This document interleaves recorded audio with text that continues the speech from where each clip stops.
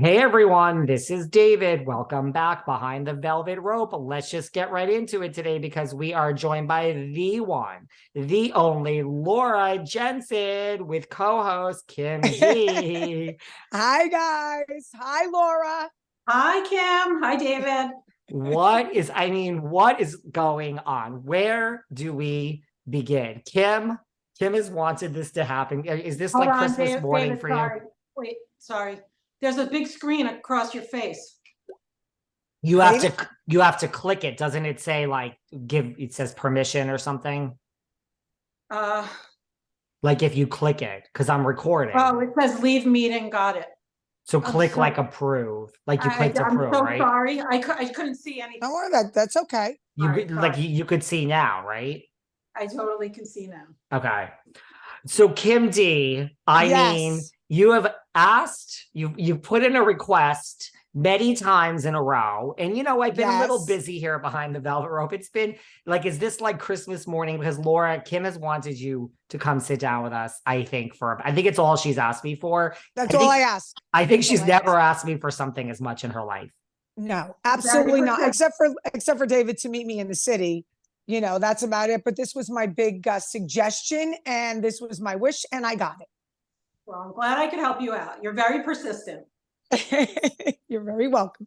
So, David, do you want to start? Because I have some questions for Laura. Also, I have a little game for Laura. So you tell first, I want to just open up saying, guess what? After 13 years, for the first time, there is a gag order on all the girls on New Jersey Housewives.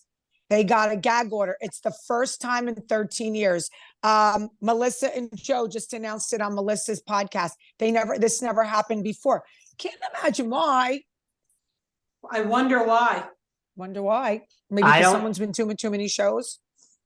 I don't think that's a good sign. I mean, it happened in Miami like last season. It just look when it gets Bravo wants you to fight over bows on a cake. When it gets really too dark, they don't want the dark stuff. I mean, I don't think this looks good for Melissa and Joe going forward, to be honest with you. And Carlos King just predicted what we predicted, that the Gorgas will not be back next season. Now Kim believes it. I've been saying it for 3 months. We've both been saying it.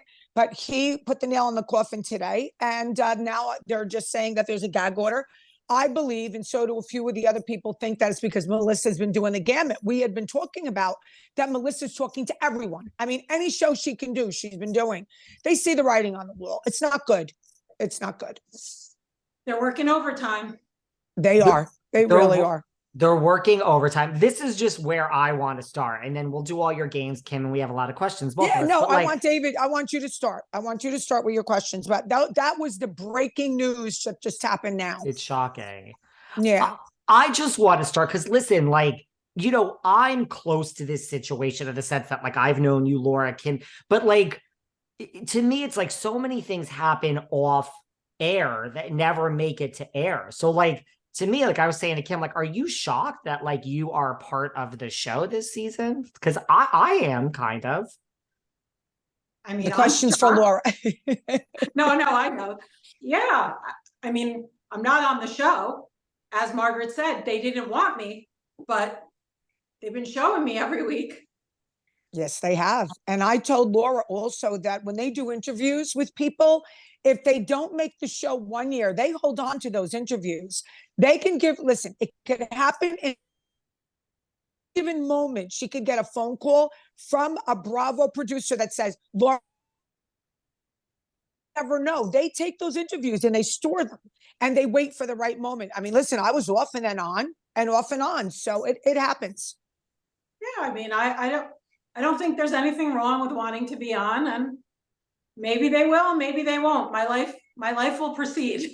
Yes, it will. Yes, it will. I think you have a lot more going on than a lot of them. That's for sure. I just, it's shocking. Well, where do you want to begin, Kim? Where would you like to begin here today? Well, one of the reasons why I wanted Laura on so badly is because I really truly relate to her. I relate to the questions that she had been asked. Oh, are you thirsty to get on the show? Oh, listen, I'm not thirsty. Laura's not thirsty. just like anyone else. Of course, we would want to be on the show. Of course, we want the paycheck. Of course, you want to be a housewife or a friend of. It's a fun, first of all, I think it's a fun thing to do. Okay, it's exciting.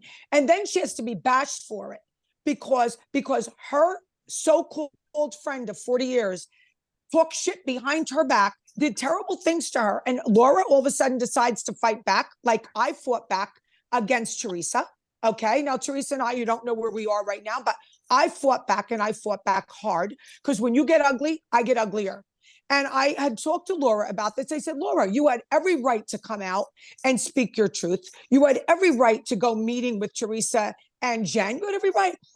What is this? Is Margaret like, I don't, what nationality is she? Hungarian mafia, that you can't go against her? You know, she has every right to stick up for herself. And then when I spoke to Laura about a few things, I knew some of the things she told me, it was impossible for her to make them up. And I want her to reveal them. And I feel she has the right to do so. Well, before we get there, well, okay, we'll Yeah. get there. I have one question, you know, like, because you say, like, let's not regurgitate all this stuff from the past, like, but like, what is the falling out? Like, I mean, nail on the coffin. I don't know. What was the nail like, on the coffin? Right, like, it's a 40-year friendship. Like, what really, I don't know if that really, out of all these questions everyone asks you over and over, I don't know if anyone really asked you what happened.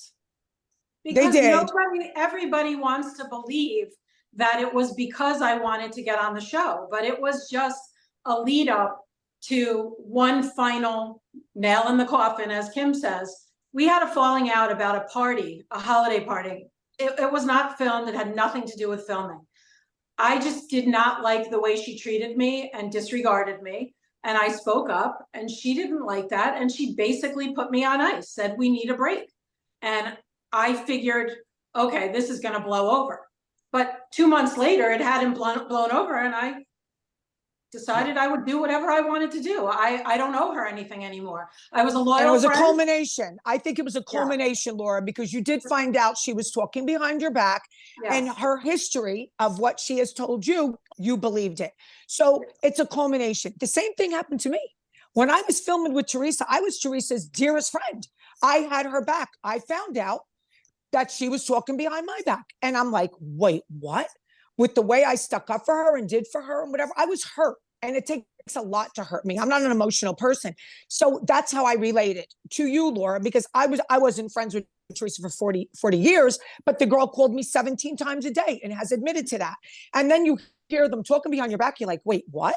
You know, I was upset. And then I said, you know what? Same thing happened. I gave it another chance. And I said, after that, you know what? No holds bar now. She wants to play, I'll play too. Again, it's many years later. We might be in a different place, but I had the same situation. The same, because you take and take and take, and then you can't take anymore. Correct. And okay. I was done with taking it. Right. And I've heard from, you know, personal friends of hers